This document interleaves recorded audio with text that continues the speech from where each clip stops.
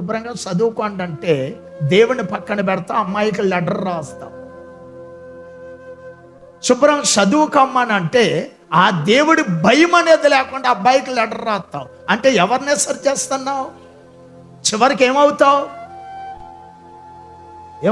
అంది? హల్లెలూయా. అంటే లెటర్ రాయటానికి దేవుడి దగ్గరికి వచ్చావా? అంటే ఆత్మలను చెడగొట్టానే దేవుడి దగ్గరికి వచ్చావా? కొన్ని ఆత్మలను రక్షించి నరకము నుండి విడిపించడానికి యేసయ్య దగ్గరికి వచ్చావా? నీకే టైంలో పెళ్లి కావాలో నీ తల్లిదండ్రులకు తెలియదా? నీకే టైంలో పెళ్లి కావాలో నేను కన్నవారు ఆలోచన చేయట్లేదు అనుకుంటున్నావా? అంటే నువ్వు చూసిందల్లా నిజమనుకుంటున్నావా? హల్లెలూయా. 3 సంవత్సరాల క్రితం ధర్మంలో పనిచేస్తాడు పిల్లోడు. ఇంటి నుండి తల్లిదండ్రులకు తెలిసింది, పిల్లతో ఫోన్ చేయించాడు. నేరుగా అమ్మాయే కదా ఫోన్ చేస్తుందని వెళ్ళిపోయాడు. భోజనం చేసేవాడు వెళ్ళిపోయాడు. హల్లెలూయా. అంతే. ఏం జరిగిందో చెప్పనా? హల్లెలూయా. ఆ పగలంతా కనబడలేదు.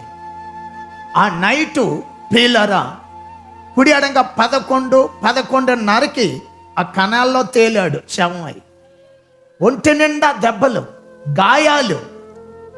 ఏంటనంటే ప్రేమ. అమ్మాయిని ప్రేమించేవాడైతే చర్చికి రావద్దు, అబ్బాయిల్ని ప్రేమించేవాళ్ళైతే చర్చికి రావద్దు. చెల్లె వెళ్ళిపో లోకంలోనికే. దాని అంతం ఏంటో రుసు చూడు. బతుకుంటే రా, చచ్చిపోతే వెళ్ళిపో నరకానికి. లేదు యేసునే ప్రేమిస్తున్నానంటే రా, నువ్వు కోరిన దానికంటే 10 రెట్లు ఎక్కువ దేవుడు నీకు ఇస్తాడు. కొట్టు. ఏంట పిల్లోడు అలాగైపోయడం? యేసు ప్రభువుని నమ్ముకున్నాడు ఈ దుర్మార్గుడు, ఆయన నామానికి అవమానం తెచ్చాడు, చెయ్యకూడని పనులు చేస్తున్నారని ఎవరన్నా అంటారా? ఒక్కరండ్రా. హల్లెలూయా. దేవునికి స్తోత్రం. పెళ్లి జీవితానికి ప్రాముఖ్యం కాదు. పెళ్ళి ఎప్పుడైనా సరే తల్లిదండ్రులు తీసుకునే ఆ ఒక నిర్ణయం అది. నీ పని ఏంటంటే శుభ్రంగా చదువుకుని మంచి ఆఫీసర్గా ఉండాలి.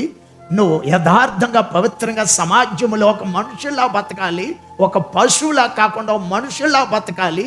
అప్పుడు ఆ దేవుడి కృప నీ మీదకి వచ్చి నేను గొప్పవాడిగా చేస్తాను. ప్రేమ కోసం యేసు దగ్గరికి రావద్దు. హల్లెలూయా. అమ్మాయిల కోసం యేసు దగ్గర రావద్దు. ఏ రోజైనా సరే ఆయన్ను విసర్జించినవాడు అవుతావు, చివరికి మరణములో మునిగిపోయిన వాడు అవుతావు. హల్లెలూయా. అందుకనే ప్రియులారా, జ్ఞానము లేనివాడు ఏం చేస్తాడంట? దేవుడిని విసర్జించి నాశనం అవుతాడంట.